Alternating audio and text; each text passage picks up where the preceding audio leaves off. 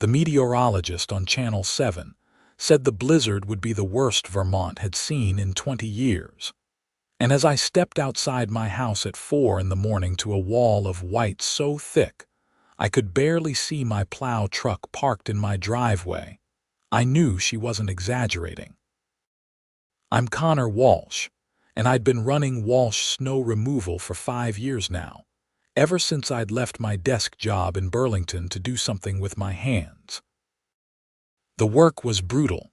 The hours were terrible, but there was something satisfying about clearing a road and knowing you'd helped people get to work, to the hospital, to wherever they needed to go. My phone had been buzzing since 3 with emergency calls from the county and private clients scattered across Chittenden County. The storm had dumped 2 feet overnight and showed no signs of stopping. I gulped down black coffee, grabbed my thermos, and headed to my truck. The Ford F-550 with its commercial plow attachment was my pride and joy, a beast of a machine that could handle anything Vermont winter threw at it. I lived in Maple Ridge, a planned community that had sprung up 5 years ago on the outskirts of Burlington. 200 homes, all nearly identical colonials painted in approved shades of beige, gray, and cream. The development had seemed nice enough when I'd bought my place 3 years ago. The restrictions hadn't seemed too bad. Keep your lawn mowed, no boats or RVs in the driveway, no political signs bigger than 18 inches. Standard stuff. Then, Patricia Drummond became HOA president 18 months ago and everything changed. Patricia was 62, recently retired from some middle management position at an insurance company, and she'd apparently decided that micromanaging the neighborhood was her new full-time career. She was always lurking around the community, driving her white Lexus SUV slowly down the streets, looking for violations. Christmas lights up past January 1st. Fine. Garbage cans visible from the street after collection day. Fine. Basketball hoop in your driveway. Fine. I'd racked up over $2,000 in HOA fines in the past year for various infractions. My truck was too large and commercial-looking to park in my driveway during certain hours. The firewood I'd stacked on my porch was unsightly. The satellite dish I'd installed was the wrong color. It was endless. But right now, I had bigger problems than Patricia Drummond. People needed their roads cleared. The county had me on contract for 3 residential streets and the main entrance to a nursing home. I fired up the truck, the diesel engine roaring to life, and checked my route on my phone. I'd start with the nursing home, then work my way through my contracts before hitting my private clients. I put the truck in reverse and started backing down my driveway. That's when I saw it. Patricia's white Lexus RX 350 was parked directly behind my truck, blocking me in. Not just partially blocking me, but perfectly positioned so there was no way I could maneuver around it. The SUV was running, exhaust puffing into the frigid air, and I could see Patricia sitting in the driver's seat, staring straight ahead. I sat there for a moment, wondering if I was hallucinating from lack of sleep. Then I laid on my horn. Patricia didn't move. I threw the truck into park and climbed down, my boots sinking into snow past my ankles. The wind was howling, and snow was coming down so hard it stung my face. I walked up to her driver's side window and knocked. She rolled down the window about 2 inches. "Patricia, what are you doing?" "I need to get out. I have emergency contracts." "I'm aware of what you're doing, Connor," she said, her voice that particular blend of smugness and contempt she'd perfected. "You're violating Section 7.3 of the HOA covenants. What are you talking about?" "Commercial vehicles are not permitted to operate from residential driveways in Maple Ridge between the hours of 10 p.m. and 7 a.m. It's right there in the bylaws. I stared at her through the crack in the window, snow already accumulating on my shoulders. Patricia, there's a state of emergency. I have a contract with the county. People need their roads cleared. There's a nursing home. The rules don't have exceptions for weather, Connor. If I let you break them, then everyone will think they can break them. Now, you can file an appeal with the HOA board at our next meeting, which is scheduled for February 15th at 7 p.m. in the community center. Until then, I'm going to have to insist you move that truck to an approved commercial parking location. The nursing home has elderly people who need emergency access. Then perhaps you should have thought of that before you chose to flagrantly violate community standards. She started rolling up her window. I put my hand on the glass. Patricia, move your car now. Are you threatening me? Because I have a dash camera recording this entire interaction, Connor. I suggest you step away from my vehicle before I call the police and report you for intimidation and harassment. My phone was buzzing in my pocket, probably the nursing home wondering where I was. The county dispatcher calling to find out why I wasn't en route. My muscles were tensed, and I was considering my options. I could call the police myself, but that would take time, and they were probably swamped with accidents and emergencies. I could try to push her SUV out of the way with my plow, but that would be vehicular assault or something, and despite how satisfying it would be, I wasn't going to prison over Patricia Drummond. Please, I said, trying a different approach. People are depending on me.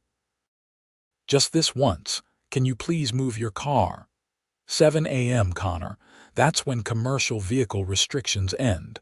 I'll move my car at 7 a.m. exactly and not 1 minute before. She rolled up her window completely. I stood there in the blizzard, snow piling up around us, and watched her sit in her idling SUV. She pulled out her phone and started scrolling through it, completely unconcerned. The nursing home was going to have to wait. My county contracts were going to have to wait. Everything was going to have to wait because Patricia Drummond had decided that enforcing an HOA bylaw during a state of emergency was more important than public safety. I pulled out my phone and called the county dispatcher. Walsh, where are you? We've got 3 accidents on Route 2 because the residential roads aren't clear and people are sliding into the main highway. I'm blocked in my driveway. My HOA president parked behind me and won't move. There was a pause. You're joking. I wish I was. Can't you call the cops? They're probably dealing with actual emergencies. By the time they get here, sort this out, I'll have lost 2 hours minimum. The dispatcher sighed. All right, I'll get Mitchell to cover your zone, but Walsh, this is going to be a problem. We're already stretched thin. You need to sort out whatever this is. I know, I'm sorry. I hung up and looked at Patricia's SUV. She was still scrolling on her phone, completely comfortable. My truck was running, burning diesel, going nowhere. I had 2 choices. I could stand here and argue with her until 7 a.m., or I could go back inside and wait it out. The wind was picking up, and visibility was getting worse. I could barely see across the street now. The snow was falling at what had to be 2 or 3 inches an hour. At this rate, by 7 a.m. there would be another 6 feet of accumulation on top of what was already there. An idea started forming in my mind. I walked back to Patricia's window and knocked again. She ignored me. I knocked harder and she finally rolled down the window an inch. What? Just wanted to let you know I'm going back inside. I'll see you at 7 a.m. Good. Maybe next time you'll follow the rules. I trudged back through the snow, climbed my porch steps, and went inside. I could see her SUV from my living room window, still sitting there, blocking my driveway. Still running. I made myself breakfast. Eggs, bacon, toast. I ate slowly, watching the snow fall, watching it pile up on Patricia's white Lexus. The SUV was already hard to distinguish from the surrounding whiteness. In another hour, it would be a vague white lump. In 2 hours, it would be buried. By 5:30, I couldn't see the SUV at all. There was just an unbroken field of white where my driveway used to be. The snow was still coming down hard, and the wind was creating drifts that had to be 5 or 6 feet tall in places. I sipped my coffee and waited. At 6, I called my buddy Derek, who lived 2 towns over. He ran a recovery service with a big commercial tow truck. "Derek, you busy? Are you kidding? I've been pulling cars out of ditches since midnight. What's up? I might need you around 7:30 or 8. I'll pay double your usual rate." "For what?" "I'll explain later. Just keep your phone on you." At 6:30, I saw movement at the end of my driveway. A figure in a white parka was trudging through the snow, barely visible against the storm. Patricia. She was wading through thigh-deep powder, clearly trying to get to her SUV. She'd probably been watching from her house, waiting until she could graciously move her vehicle at precisely 7 a.m. and claim she'd honored her word. I watched her struggle through the drifts. It took her almost 10 minutes to cover the 50 feet from the street to where her SUV was buried. She started digging with her hands, trying to clear the driver's side door. The snow was too deep, too heavy. She was making no progress. At 7 a.m. exactly, my doorbell rang. I opened it to find Patricia standing there, covered in snow, her face red from exertion and cold. "I need a shovel," she said. "Good morning, Patricia. Rough night." "Don't be smart, Connor. I need to move my car and I need a shovel to dig it out." "Ah, yes, your car. The one you parked in my driveway to block me in during a state of emergency. That car. It's 7 a.m. The restriction period is over. I said I'd move it at 7 and I'm trying to move it." "Well, I'd love to help you, Patricia, but my shovel is in my truck, which is trapped behind your car, which is under about 6 feet of snow." Her eyes narrowed. "You have to have another shovel." "Nope, just the one. It's a really good one too, commercial grade." "Connor, this isn't funny. My car is going to be completely buried if I don't move it soon." I leaned against my doorframe, holding my warm coffee mug. "You know what else isn't funny? 3 car accidents on Route 2 this morning because residential roads didn't get plowed. Those happened because I couldn't get out of my driveway, because you blocked me in, during a state of emergency. I was enforcing the HOA rules. You were on a power trip and now your car is buried. That's called consequences, Patricia.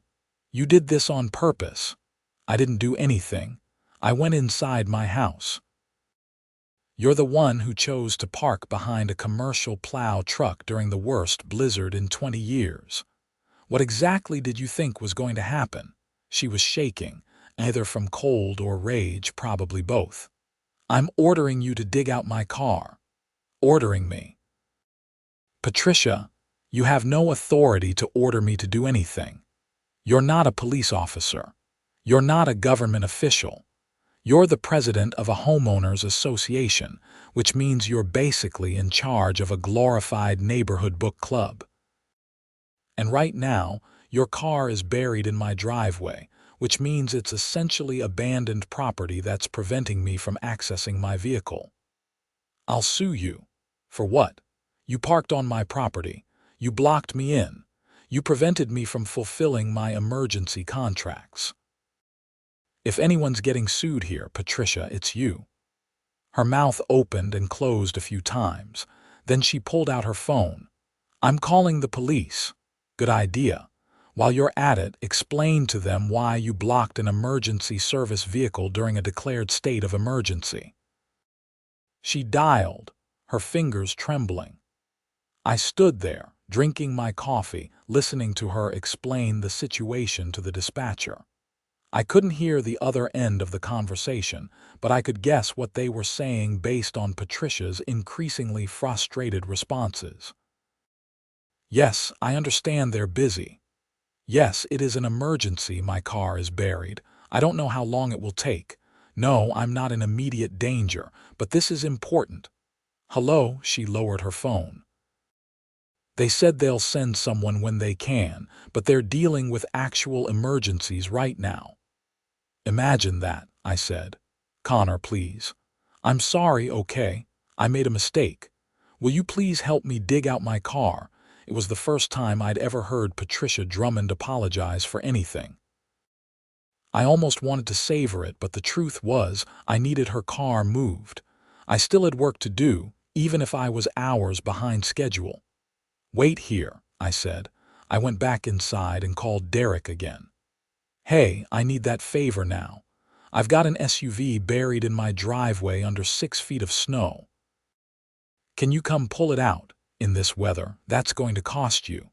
I know how much and how long, 300, and I can be there in 45 minutes if the roads don't get worse. Do it. I went back to the door. Patricia was sitting on my porch steps, looking defeated. I've got a tow truck coming. He'll pull your car out. It's going to cost $300, which you're going to pay. She looked up at me. $300. That's the rate for emergency recovery during a blizzard.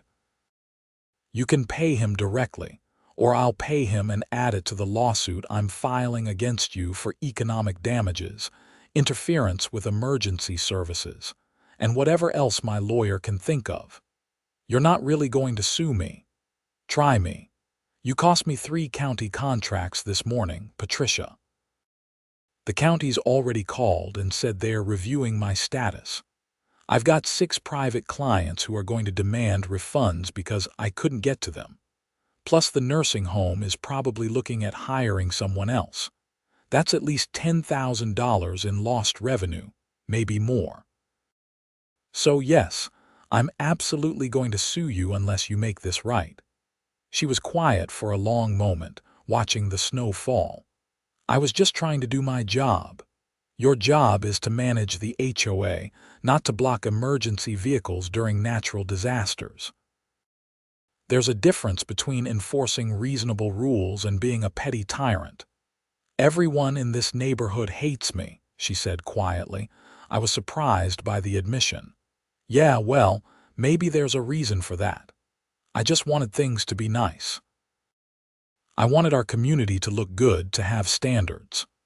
When I took over as president, people were parking boats in their driveways, leaving trash cans out all week, letting their lawns go to seed.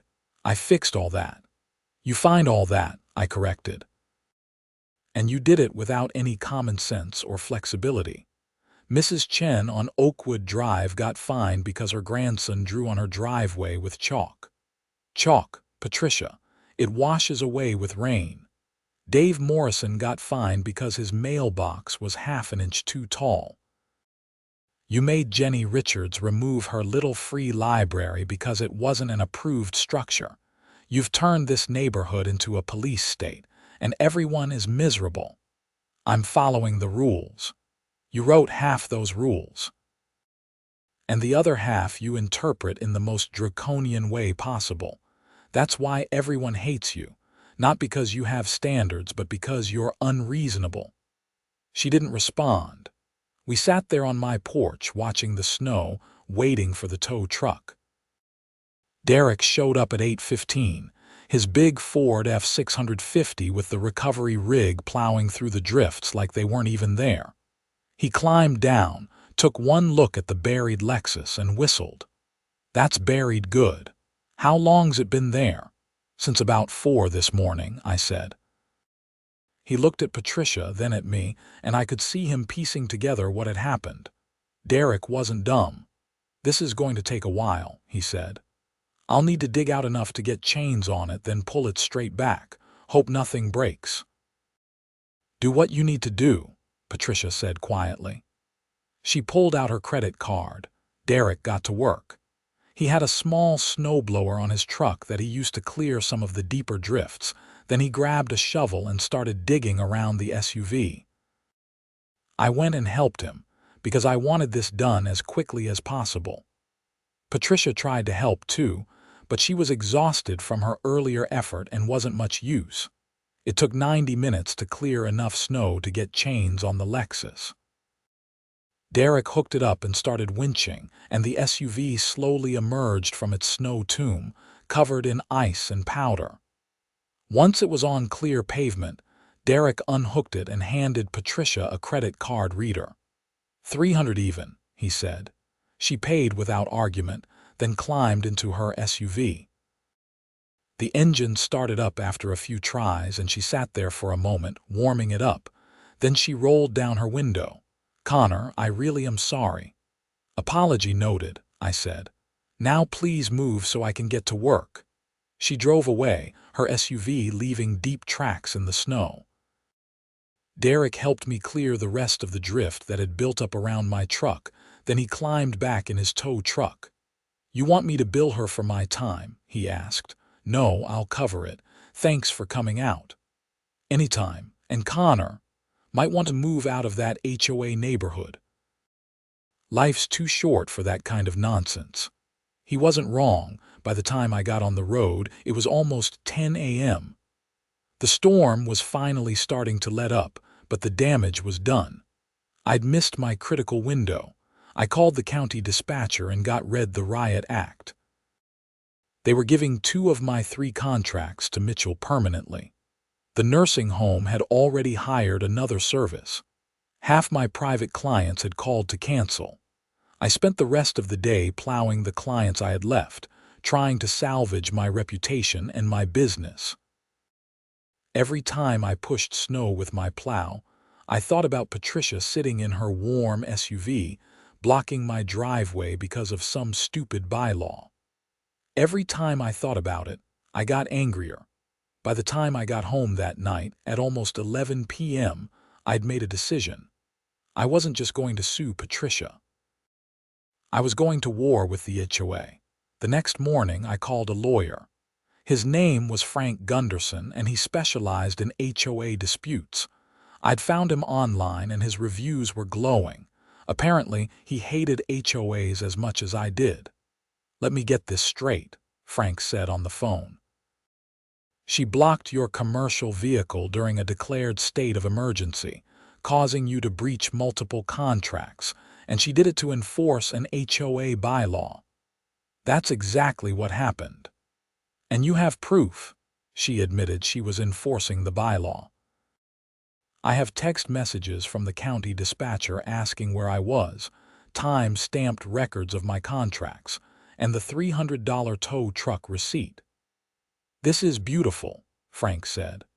"I mean, I'm sorry for your trouble, but this is the most clear-cut case of HOA overreach I've seen in months. We can sue for economic damages, intentional interference with contractual relations, and possibly even a civil rights claim since she was interfering with emergency services." "What's that going to cost me?" "I'll take it on contingency.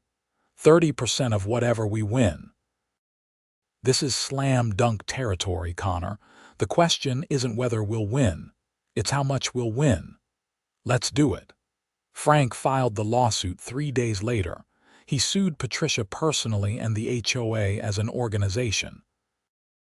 The lawsuit detailed everything: the blocked driveway, the lost contracts, the economic damages. He asked for $50,000 in compensatory damages and punitive damages to be determined by a jury. The lawsuit got delivered to Patricia on a Tuesday afternoon. I know because I was checking my mail when the process server showed up at her house. She answered the door in her bathrobe, took the papers, and spent about 5 minutes reading them on her doorstep. Then she looked across the street at my house. I waved. Her face went purple. The next HOA meeting was scheduled for the following week, and I made sure to attend. The community center was packed. Normally, HOA meetings drew maybe 10 people, mostly board members and 1 or 2 homeowners with specific complaints. This time, there had to be 60 people there. Word had spread about the lawsuit. More importantly, word had spread about why I was suing. Turned out, a lot of people in Maple Ridge were fed up with Patricia's enforcement regime, and seeing someone finally stand up to her had energized the neighborhood. Patricia called the meeting to order at 7 p.m. sharp. She looked stressed, dark circles under her eyes, her usual perfect appearance slightly rumpled. "First order of business," she said. "The association has been served with a lawsuit by Connor Walsh. I've consulted with our attorney, and he advises that we cannot discuss the details while litigation is pending." "I'd like to discuss it," called out Dave Morrison from the back row. "I want to know why you thought it was a good idea to block an emergency vehicle during a blizzard." "As I said, we cannot discuss pending litigation." "Then I'd like to discuss your performance as HOA president," said Jenny Richards, standing up. "I move that we hold a vote of no confidence and remove Patricia Drummond from her position." The room erupted. Half the people there started talking at once. Patricia banged her gavel, trying to restore order. "That's not how this works," she shouted. "You can't just call for a vote." "Actually, we can," said Bob Chen, who was the HOA vice president and, ironically, Patricia's second in command. Article 12 of the bylaws states that any homeowner can call for a vote of no confidence with the support of 10 other homeowners. "Jenny, do you have 10 supporters?" 30 hands went up. "Motion carries," Bob said. "We'll hold the vote at the end of the meeting." Patricia looked like she'd been slapped. "Bob, you can't be serious." "I'm very serious, Patricia. You've been fining people for nonsense violations, ignoring common sense, and now you've cost the association $50,000 in a lawsuit we're probably going to lose. It's time for new leadership." The meeting continued, but Patricia was barely present. She went through the motions, calling for reports from various committees, discussing the budget, but her heart wasn't in it. She knew what was coming. At the end of the meeting, Bob called for the vote. "All in favor of removing Patricia Drummond as HOA president, say aye." A chorus of ayes filled the room. "All opposed, silence." "Motion carries. Patricia, I'm sorry, but you're removed from the board effective immediately." "I'll be serving as interim president until we can hold elections next month." Patricia stood up, gathered her papers, and walked out without a word. I almost felt bad for her. Almost. After the meeting, Bob pulled me aside. "Connor, I want to apologize on behalf of the board. What Patricia did was wrong, and it never should have happened. I'd like to work with you and your attorney to settle this lawsuit. We can't afford $50,000, but we can make you whole for your lost contracts and expenses. Would you be willing to negotiate?" "I'll talk to my lawyer," I said. "But Bob, if I drop the suit, things need to change around here. The fines, the nitpicky enforcement, all of it. Already in the works. First thing I'm doing as interim president is proposing a complete revision of our enforcement policies. No more fines for chalk drawings or mailboxes being half an inch off. We're going to focus on actual issues, not petty nonsense. Then yeah, let's talk settlement." Frank and I met with Bob and the HOA's attorney the following week. After some back and forth, we agreed on a settlement. The HOA would pay me $12,000 to cover my lost contracts and expenses. They would revise their enforcement policies to be more reasonable, and they would issue a formal apology. In exchange, I would drop the lawsuit. I signed the settlement agreement, and 2 weeks later, I had a check for $12,000.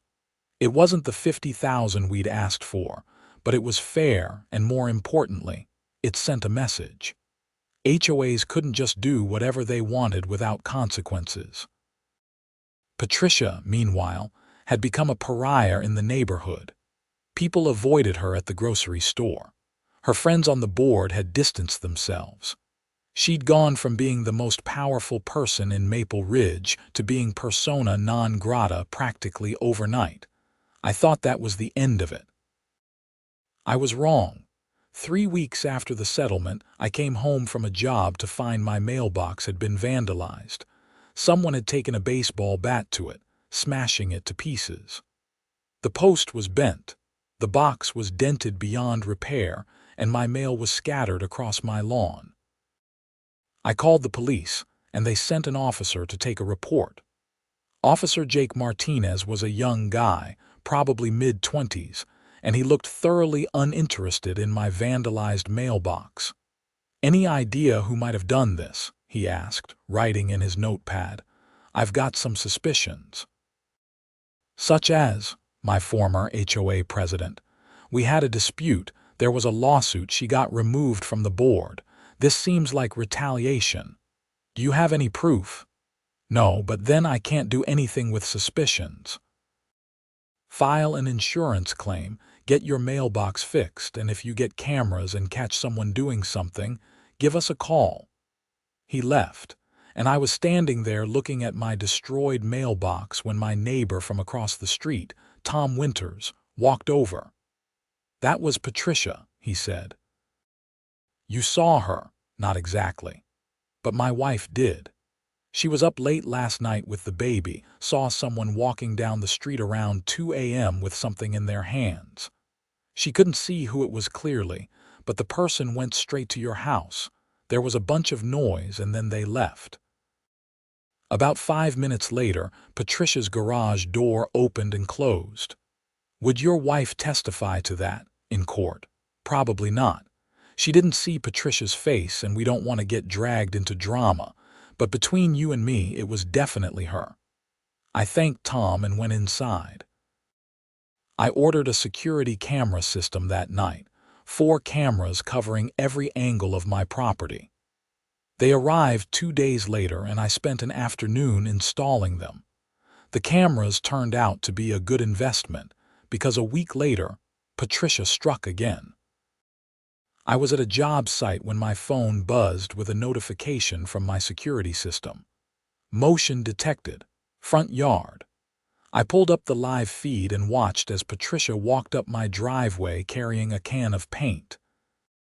She looked around nervously, then shook the can and started spray painting my garage door. I couldn't quite make out what she was writing, but it was clearly something. She finished, tossed the empty paint can into my bushes, and hurried away. I saved the video, downloaded it to my phone, and called Officer Martinez. "I've got video of Patricia Drummond vandalizing my property," I said. "Bring it to the station. We'll take a look." I left my job site and drove straight to the Burlington Police Department. Martinez watched the video twice, then nodded. "Yeah, that's pretty clear. We can charge her with criminal mischief." "What did she write?" "I don't know, I'm not home." "Well, go home, document the damage, take pictures, and file a formal complaint. We'll send someone to pick her up."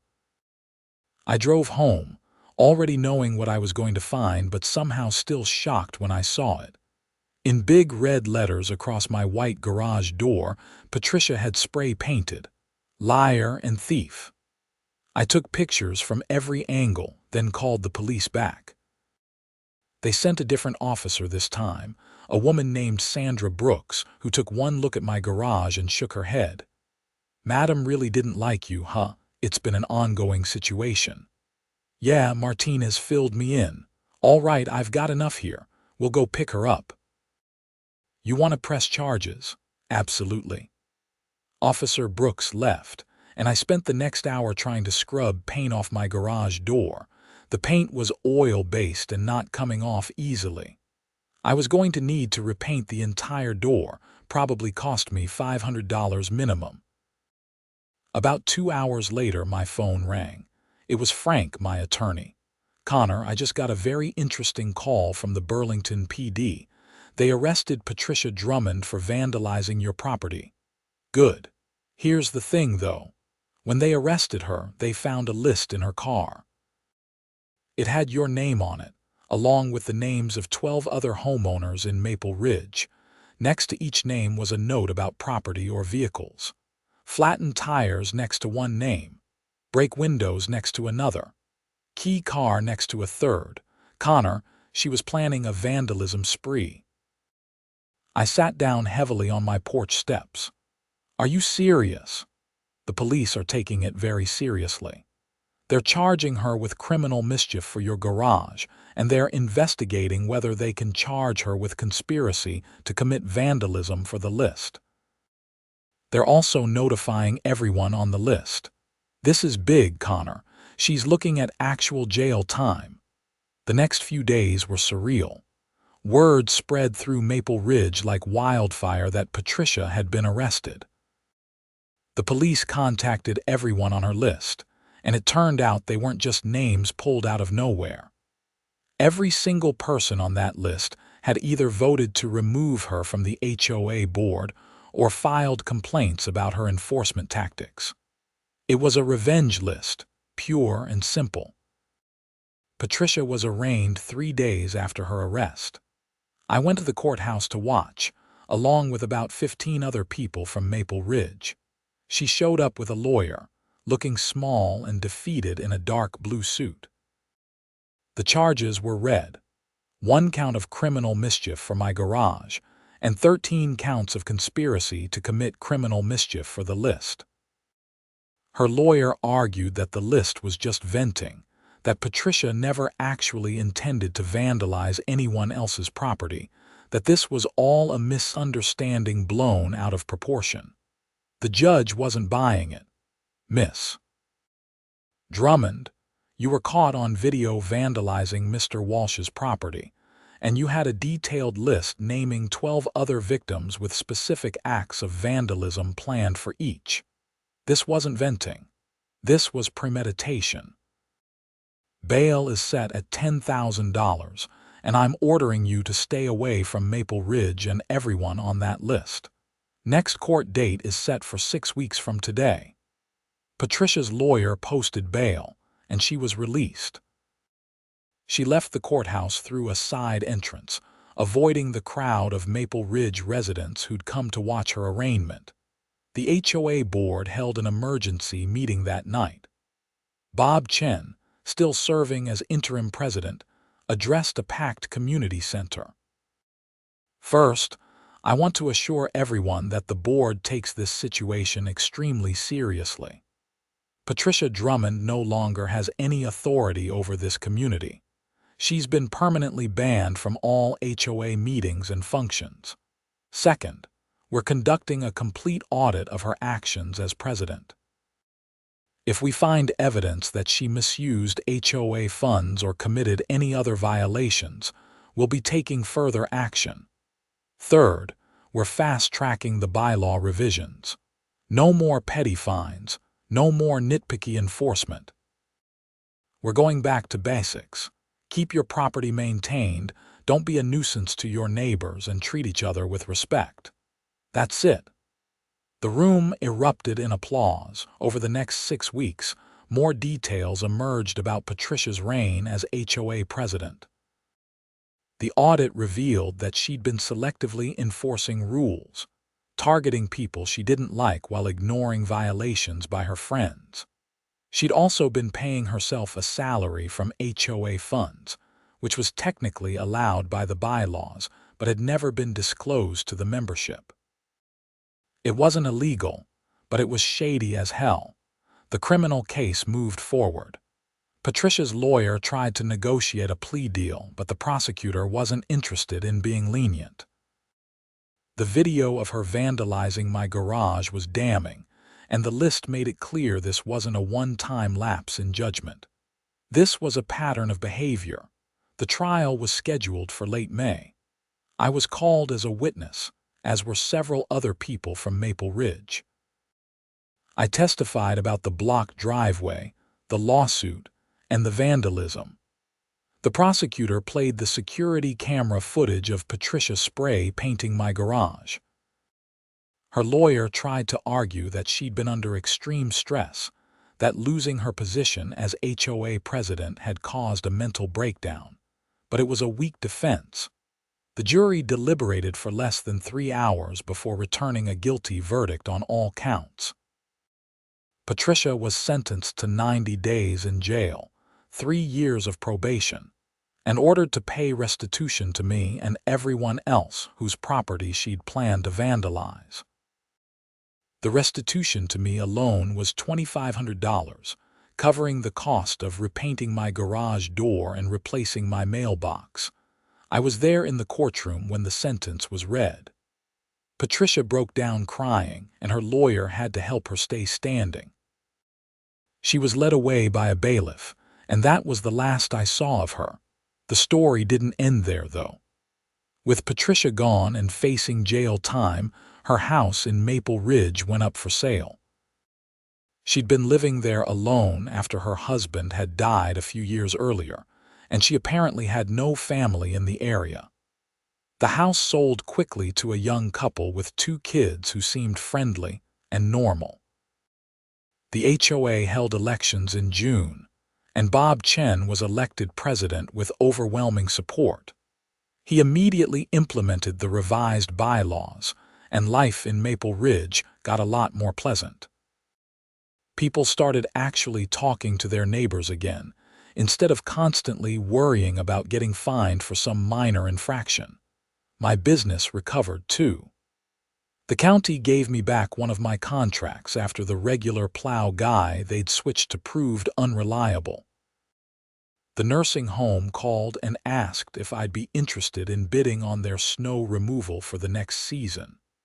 Several of my private clients came back, apologetic about canceling but understanding about why I'd been late during the blizzard. I used the settlement money from the HOA and the restitution from Patricia to upgrade my equipment.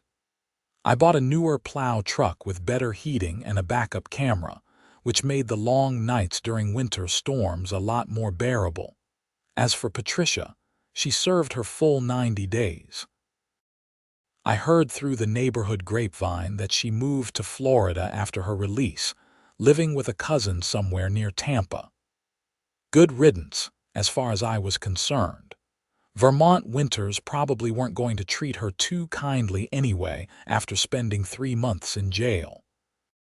The whole situation became a cautionary tale in our area. News coverage of Patricia's arrest and trial had been pretty extensive, and suddenly other HOAs in the region started reconsidering their enforcement policies. Nobody wanted to be the next Patricia Drummond, the HOA president who ended up in jail because she couldn't let go of petty power. There was a certain irony to the whole thing.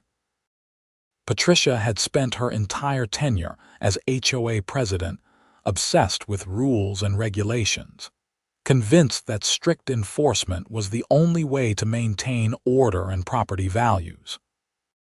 In the end, her rigid adherence to rules during a state of emergency, followed by her criminal actions afterward, had destroyed her life and actually made the neighborhood better by forcing everyone to recognize how toxic the situation had become.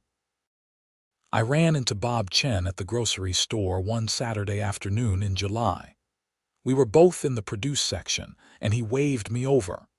"Connor, glad I ran into you. I wanted to thank you again for everything you did. I know the lawsuit and the criminal case weren't easy, but you standing up to Patricia was the push this neighborhood needed." "I was just trying to protect my business," I said. "Maybe, but you did more than that. You showed everyone that HOA boards aren't untouchable, that residents have rights, and that abuse of power has consequences. We've had 3 other homeowners come forward with complaints about Patricia that they'd been too afraid to raise before. Turns out she'd been harassing people for years." "What kind of complaints?" "Threatening people with legal action over minor stuff, trying to intimidate older residents who didn't understand the bylaws, even allegedly keying someone's car, though we can't prove that last one. She was a piece of work, Connor. You did us all a favor." "Well, I'm just glad it's over." "Me too.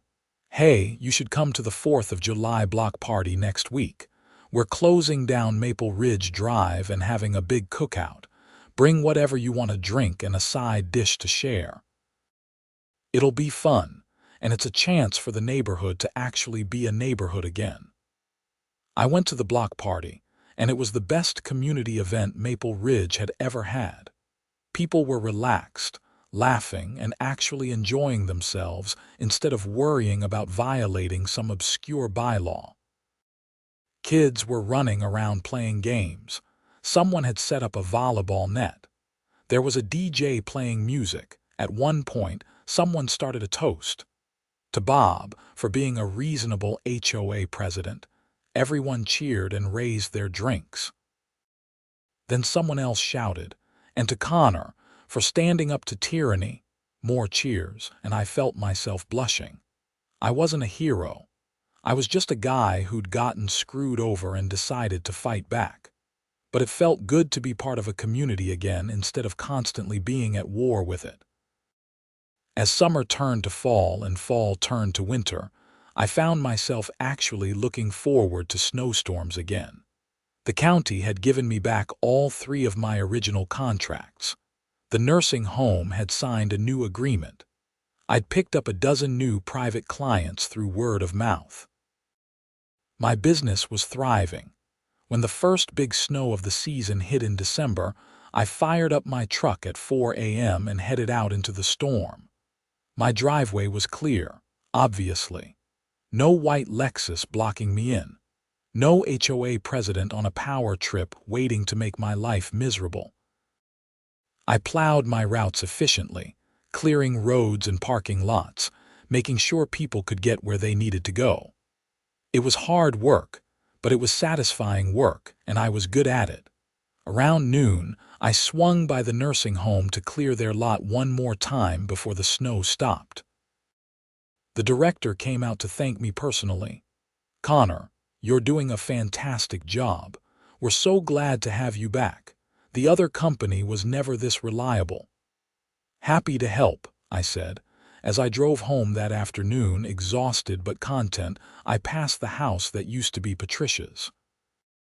The new family had put up Christmas decorations. Nothing too elaborate, just some lights and a wreath.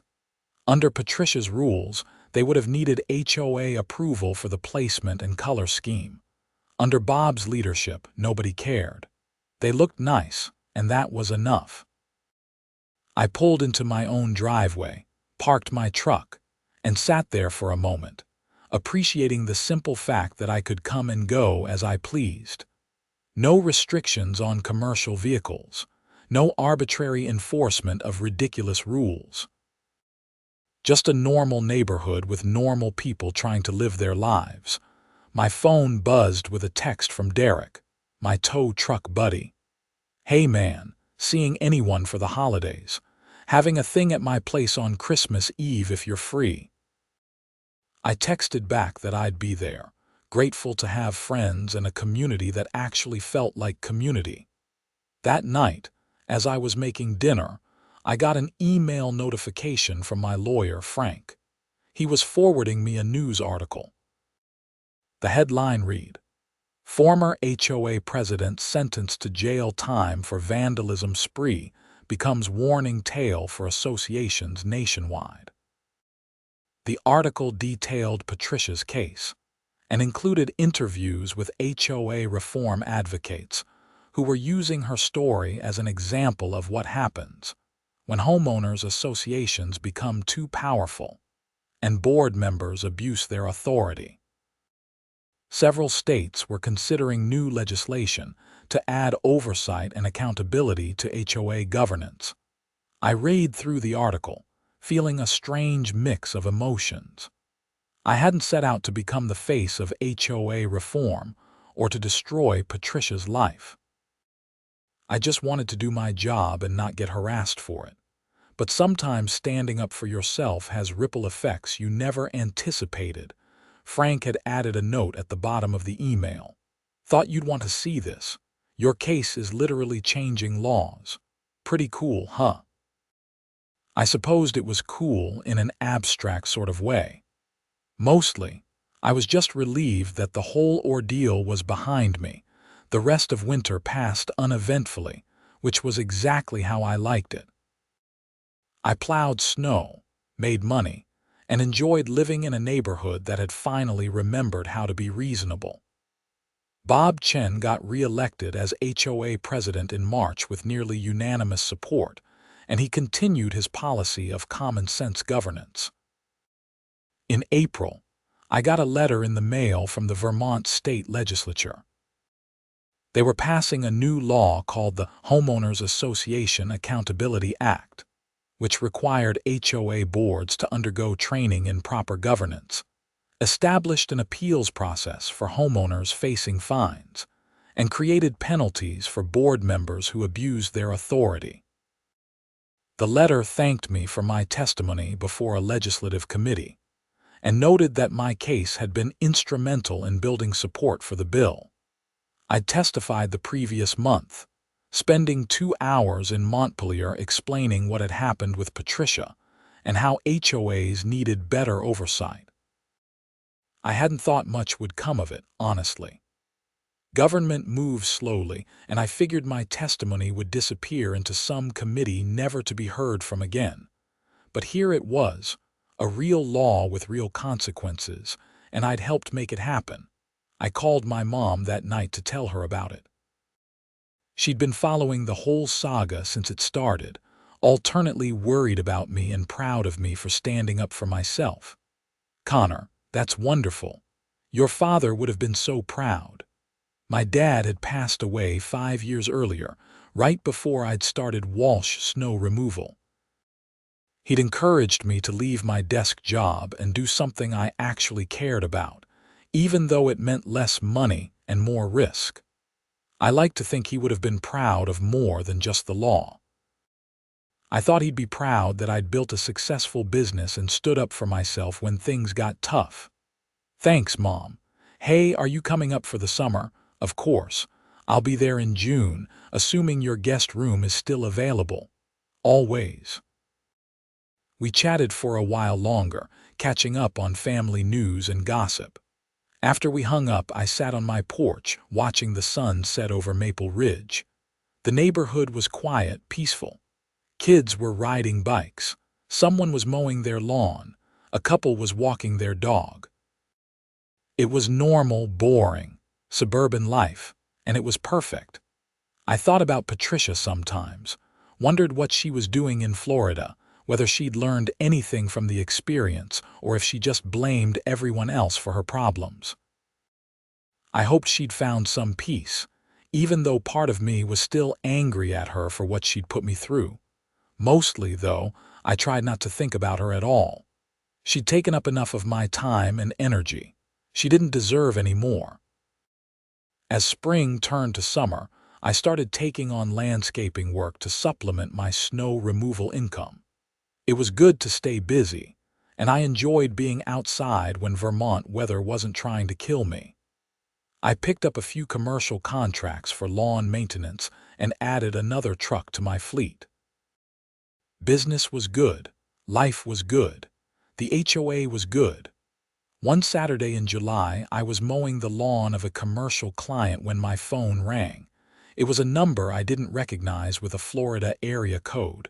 I almost didn't answer, but something made me pick up. "Hello, Connor, it's Patricia." I nearly dropped my phone. "Patricia, I know you probably don't want to hear from me. I wouldn't blame you if you hung up right now, but I wanted to call and apologize. Really apologize, not like before. I didn't say anything, just waited. I was wrong," she continued, her voice shaky. "About everything. The way I ran the HOA, blocking your truck, the vandalism, all of it. I let the power go to my head and I hurt people, and I'm sorry. I know sorry doesn't fix anything, but I needed to say it." "Okay," I said cautiously. "I've been in therapy since I got out of jail. My therapist says I was using the HOA to deal with my grief over losing my husband and my fear of losing control of my life. That doesn't excuse what I did, but it helps me understand it. I'm working on being better." "That's good, Patricia. I hope therapy helps. I also wanted you to know that I'm not fighting the restitution. You'll get your money. And I heard about the law that passed in Vermont. I'm glad. HOAs need oversight. I needed oversight. Maybe if there had been accountability, I wouldn't have gone as far as I did." We talked for a few more minutes, an awkward but oddly cathartic conversation. She told me about her life in Florida, how she was volunteering at an animal shelter and trying to rebuild relationships with family members she'd alienated over the years. I told her about the business, about the neighborhood, about how things had improved since she left. When we finally hung up, I felt lighter somehow. I hadn't realized I'd been carrying around anger toward Patricia until I felt it lift. Her apology didn't erase what she'd done, but it acknowledged it, and that mattered. I finished mowing the lawn, loaded my equipment back in my truck, and headed home. As I drove through Maple Ridge, I saw Bob Chen outside his house, working in his garden. I pulled over. "Hey Bob, got a minute?" "Sure, what's up?" "I just got off the phone with Patricia. She called to apologize." Bob's eyebrows shot up. "Really? What did she say?" I gave him the summary, and he nodded thoughtfully. "Good for her, I guess. Takes guts to make that call. Doesn't change what happened, but at least she's taking responsibility." "That's what I thought. Anyway, I wanted to let you know. Figured the board might want to be aware she's reaching out to people. Appreciate the heads up. You doing okay?" "Yeah, I'm good. Really good, actually." And I was. For the first time in over a year, I felt completely at peace with the whole situation. Patricia had faced consequences for her actions. The neighborhood had improved. Laws had changed. And now, finally, there was closure. As summer gave way to fall and fall gave way to winter once again, life in Maple Ridge continued its peaceful rhythm. I prepared my equipment for another snow season, confident that this time there would be no white Lexus blocking my driveway, no HOA president on a power trip, no drama. Just snow, and the satisfying work of clearing it away. The first storm of the season hit in late November, a modest 6 inches that I cleared in a few hours. As I was finishing up my last private client, my phone buzzed with a message from the Maple Ridge community group chat that Bob had set up. "Great job on the plowing today, Connor. Neighborhood looks perfect." Other messages followed, neighbors thanking me, asking about rates for next season, recommending my services to friends in other developments. I smiled, typed out a quick "happy to help," and headed home. My driveway was clear. My garage door was pristine, no trace of red spray paint. My mailbox stood straight and undamaged. I parked my truck, walked into my house, and poured myself a well-earned beer. Outside, snow continued to fall gently, blanketing Maple Ridge in white. It was beautiful and peaceful, and for once it didn't represent conflict or confrontation. It was just snow. And I was just a guy with a plow truck, doing honest work in a reasonable neighborhood, living a quiet life that was finally, blessedly, drama-free. That's how it should have been from the start, and that's how it was going to stay. The end of Patricia's reign as HOA president. Her arrest, her jail time, and her eventual apology had taught everyone in Maple Ridge an important lesson. Communities work best when people treat each other with respect, when rules serve residents instead of controlling them, and when power is checked by accountability. It was a lesson that had cost me money, stress, and countless hours of frustration to learn. But it was a lesson worth learning, and apparently it was a lesson worth sharing, given how many other communities and state legislatures had taken notice. As I sat in my living room that evening, beer in hand, fire in the fireplace, I reflected on the journey from that morning when Patricia had blocked my driveway to now, more than a year later, with everything finally settled. It had been a hell of a ride. But I'd survived it, my business had survived it, and the neighborhood had come out better for it. Sometimes standing up to bullies is worth the trouble, even when those bullies are HOA presidents with nothing better to do than make your life miserable. Sometimes fighting back is the only way to make things right. And sometimes just sometimes, justice actually prevails. I raised my beer in a silent toast to that notion, to Vermont winters, to reasonable HOA governance, and to clear driveways on snowy mornings. Then I finished my drink, checked the weather forecast for tomorrow, and went to bed, ready for whatever the next storm would bring, confident that this time I'd be able to face it without interference, without drama, and without a white Lexus SUV blocking my way.